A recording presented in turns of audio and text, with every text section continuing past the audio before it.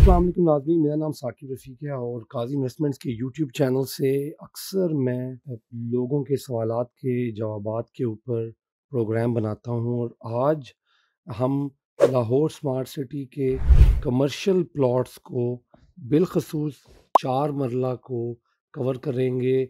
और आज स्पेसिफ़िकली जो एक इन्वेस्टर हैं, रिसेंटली मैनचेस्टर में एक इवेंट हुआ स्मार्ट सिटी का और उनसे मेरी वहाँ मुलाकात हुई।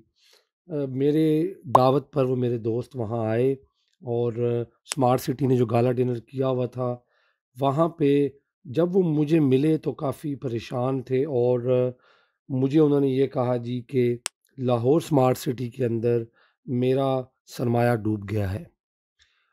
मैं उनकी बात ज़रूर सुनकर परेशान हुआ। ज़ाहिर है अगर कोई इन्वेस्टर आपका बाइंग करता है तो बाइंग के बाद भी आपकी ज़िम्मेदारी है कि आप उनकी बात को सुनें और तहम्मुल से बात सुनें और फिर उसके बाद फैक्ट्स को जो है फैक्ट्स फाइंडिंग पे लग जाएँ और फिर उस चीज़ को मुकम्मल उसकी तह में पहुँचे। अब उन्होंने जब मुझे ये कहा जी कि लाहौर स्मार्ट सिटी के अंदर आपने मेरी कमर्शियल प्लॉट में इन्वेस्टमेंट करवाई थी, ऑब्वियसली कई कस्टमर्स होते हैं, बहुत से लोगों ने बुकिंग की होती है। ज़ाती तौर पे हर बंदे का आपको अंदाज़ा नहीं होता, तो आपको थोड़ा-सा डिटेल में जाना पड़ता है, कुछ क्वेश्चंस करने पड़ते हैं। तो जब मैंने उनसे बात की तो मुझे उन्होंने कहा जी मेरा 4 मरला कमर्शियल जो था, इसके ऊपर कोई 40-50 लाख रुपया ऑन था और इस वक़्त जो है अब मुझे मुश्किल से कोई 25-30 लाख रुपया या शायद इससे भी कोई 2-3 लाख रुपया कम ऑन मिल रहा है। अब पहले तो मैं आपको ऑन एक्सप्लेन कर दूँ, जिन लोगों को ऑन का पता है ऑब्वियसली वो बात समझ सकते हैं, लेकिन जो लोग ओवरसीज़ में ख़ास तौर पे ऑन को नहीं समझते, वो ये होता है कि जिस चीज़ की डिमांड ज़्यादा होती है, सप्लाई थोड़ी होती है, तो वो जब प्लॉट ओपन होता है तो एक सर्टेन अमाउंट आप डीलर्स को देते हैं extra on top of the booking amount. तो अगर कंपनी ने 89 लाख का प्लॉट जो है वो ओपन किया है, 10% जो है वो 890,000 पाक रुपीज़ बनता है, तो डीलर आपसे 2-4 लाख 5 लाख रुपया ऊपर लेते हैं। और आपको पता होता है कि मार्केट जो है अगर इतने पे ओपन हुई है तो आगे इसने आहिस्ता-आहिस्ता ऊपर की तरफ जाना है। पाकिस्तान में पहले ये ऑन का कारोबार गाड़ियों में बहुत ज़्यादा होता था, ख़ास तौर पे टोयोटा की गाड़ियों में, कि लोग गाड़ियाँ एडवांस बुक करवा देते थे।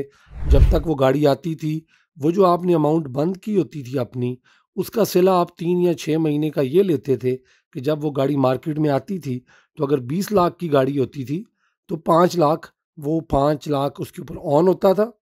और अगर किसी को फ़ौरन गाड़ी चाहिए तो वो आपसे गाड़ी ले लेता था, बजाय वो गैरेज में जाए और वो आपको ऑन दे देता था। अब जब मैंने उन साहब से ये पूछा कि अच्छा आपका ये कमर्शियल प्लॉट जो था 4 मरला, ये तो फिर आपका बहुत नुकसान हो गया अगर आपको 40 लाख रुपया या 45 लाख रुपया ऑन मिल रहा था पहले और अब आपको 30 या 25 लाख ऑन मिल रहा है, तो ये तो वाक़ई आपका लॉस है। लेकिन मैंने उन्हें ये कहा कि आपका 15-20 लाख का नुकसान हुआ है, इस चीज़ के ऊपर थोड़ी-सी गपशप करते हैं, डिनर पे इकट्ठे बैठते हैं और रिसर्च करते हैं कि ये वाक़ई आपका लॉस हुआ है या नहीं हुआ। तो मैंने उनसे ये पूछा कि आपने जब ये प्लॉट लिया था हमसे, तो उस वक़्त आपसे काज़ी इन्वेस्टमेंट ने कितना ऑन लिया था? उन्होंने मुझे बताया जी मैंने आपको जो 8,90,000 रुपया डिपॉज़िट दिया था, जो कि स्मार्ट सिटी का था, उसके अलावा 10 लाख रुपया मैंने आपको ऑन दिया। तो मैंने उन्हें कहा अभी आपको जो ऑफ़र आ रही है, वो कितने में आ रही है?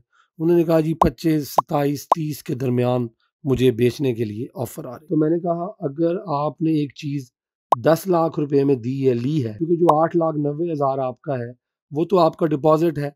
आपने सेकंड पेमेंट भी कर दी हुई है 890 की। तो ये 2 पेमेंट्स तो आपकी स्मार्ट सिटी के पास पड़ी हुई हैं, आपकी फ़ाइल के अंदर, स्केड्यूल के अंदर रिफ्लेक्ट हो रही हैं, ठीक है? तो अगर आप मुझे बेचेंगे फॉर एग्ज़ाम्पल, तो ये अमाउंट तो मैं आपको सबसे पहले दूँगा ना, मतलब ये जो आपका 9 दूनी 18 लाख रुपया बनेगा, ये तो मैं आपको पहले दूँगा क्योंकि ये तो ट्रांसफ़र हो रहा है।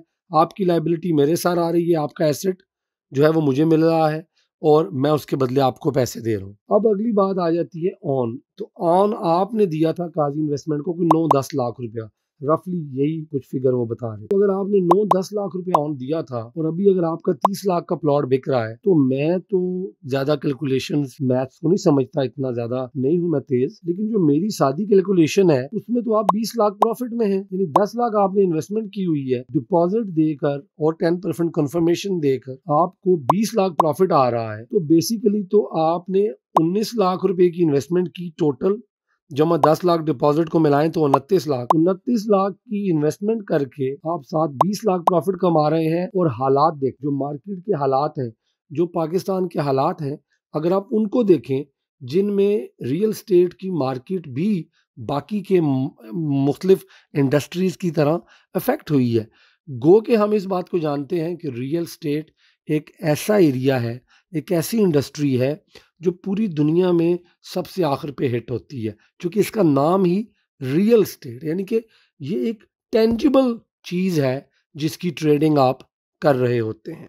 और ज़मीन जो बन चुकी है वो मज़ीद बननी नहीं है। जो पाकिस्तान का साइज़ है वही है, जो दुनिया का साइज़ है वही है। तो बहरहाल जब उनको मैंने ये कैलकुलेशन दी तो उन्होंने कहा नहीं देखे ना, ये एक दफ़ा तो बहुत ऊपर चला गया था। तो मैंने कहा जब ऊपर चला गया था तो आप उस वक्त बेच देते, फिर आप डबल प्रॉफिट ले लेते, 20 लाख की बजाय आप 40 लाख प्रॉफिट ले लेते। लेकिन नुकसान तो ना हुआ ना। ये आप कह रहे हैं कि चूंकि मेरा पहले प्रॉफिट 30 लाख तक चला गया था, अब 15 पे आया, तो मुझे ये लग रहा है 15 लाख का मेरा नुकसान हुआ है। तो बहरहाल लाहौर स्मार्ट सिटी में किसी का भी सरमाया नहीं डूबा, अल्हम्दुलिल्लाह। उसकी वजूहात क्या हैं? प्रोजेक्ट के अंदर जो डेवलपमेंट है वो दिन रात जारी है। प्रोजेक्ट को इंटरचेंजेस जो हैं उनके लिए काम किया जा रहा है। कुछ अप्रूवल्स भी हो गई हैं, कुछ काम जारी है। अंडरपास रेलवे के ऊपर काम हो रहा है, जीटी रोड से भी लिंक हो जाएगा। विलास वगैरह बना रहे हैं। विलास की हल्की सी सेल्स के ऊपर भी बात हुई है कि शायद विलास को बुकिंग के लिए फ़िलहाल जो है वो ओपन किया जा रहा है। इसके अलावा थर्ड बैलेटिंग करने जा रहे हैं, यानी तीसरी बैलेट हो रही है, जिसका मतलब ये है कि third time with in couple of years वो मज़ीद लोगों को प्लॉट्स एलोकेट कर रहे हैं, पोजेशंस ऑफर कर रहे हैं। डीलर्स को, जो उनके सेल्स पार्टनर्स हैं, उनको कमर्शियल प्लॉट्स दे दिए हैं कि वो बिल्डिंग्स बनाएं, वहाँ पर अपने ऑफिसेज बनाएं। प्रोजेक्ट को आबाद करना उनका मकसद है।